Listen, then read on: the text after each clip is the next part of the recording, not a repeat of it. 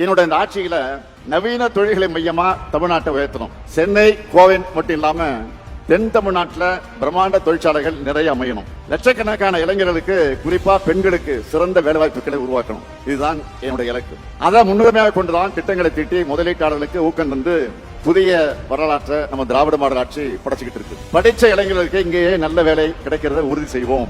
இந்த தென்பாண்டி சீமையை தொழில் வளர்ச்சி நிறைந்த சீமையா மாத்தினது இந்த முத்துவேல் கருணாநிதி ஸ்டாலின் ஆட்சின்னு வருங்காலம் சொல்லும். அந்த அளவுக்கு வலுவான அடித்தளத்தை உருவாக்கி இருக்கிறேன். உலக அளவிலான முதலீட்டாளர்களாக இருந்தாலும், இந்தியாவோட முன்னணி தொழில் நிறுவனங்களாக இருந்தாலும், அவங்களை நான் சந்திச்சா எங்க தென் மாவட்டங்கள்ல தொழில் தொடங்க வாங்கினது அப்படிதான் நான் கேட்பேன். நான் மட்டுமல்ல, நம்முடைய அமைச்சர்கள், அதிகாரிகள் தென் மாவட்டங்களில் முதலீடு செய்ய பரிசீலனை செய்யுங்கன்னு தான் நாங்க வேண்டுகோளை வச்சுக்கிட்டு வரோம்.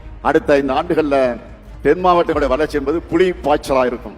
நெல்லை, தூத்துக்குடி, விருதுநகர் போன்ற பகுதிகளின் முகமே மாறக்கூடிய அளவுக்கு முன்னேற்றமானது பிரம்மாண்டமாக இருக்கணும் என்பதுதான் என்னுடைய கனவு. அது நிச்சயம் நினைவாகும்.